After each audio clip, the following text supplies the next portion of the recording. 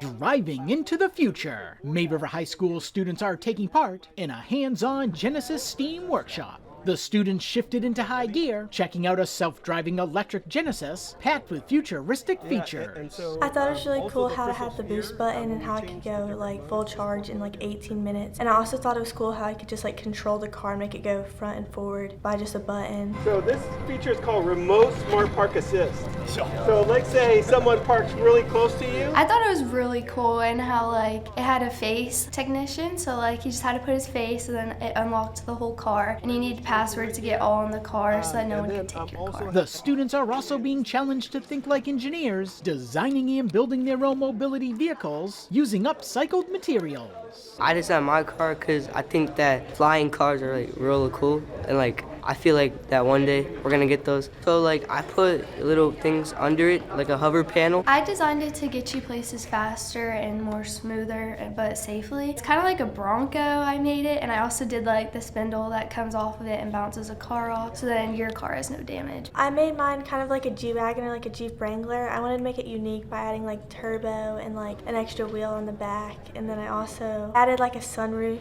to like protect your eyes. This interactive workshop is designed to inspire students to explore exciting careers in STEAM. With the automotive industry, it's very, very exciting. There's a wide variety of careers. At HMGMA in Bryan County at the Meta plant, there's over 8,000 jobs that we're going to be employing. And so we want to spark that interest so that way maybe they're going to work at the Hyundai Motor Group Meta plant, or maybe they're going to work at Baden Automotive, or even the corporate headquarters in California. The goal is to inspire them to pursue those careers. About 50 students took part in the hour-and-a-half STEAM workshop at May River High School, Ron Lopes, Beaufort County School District.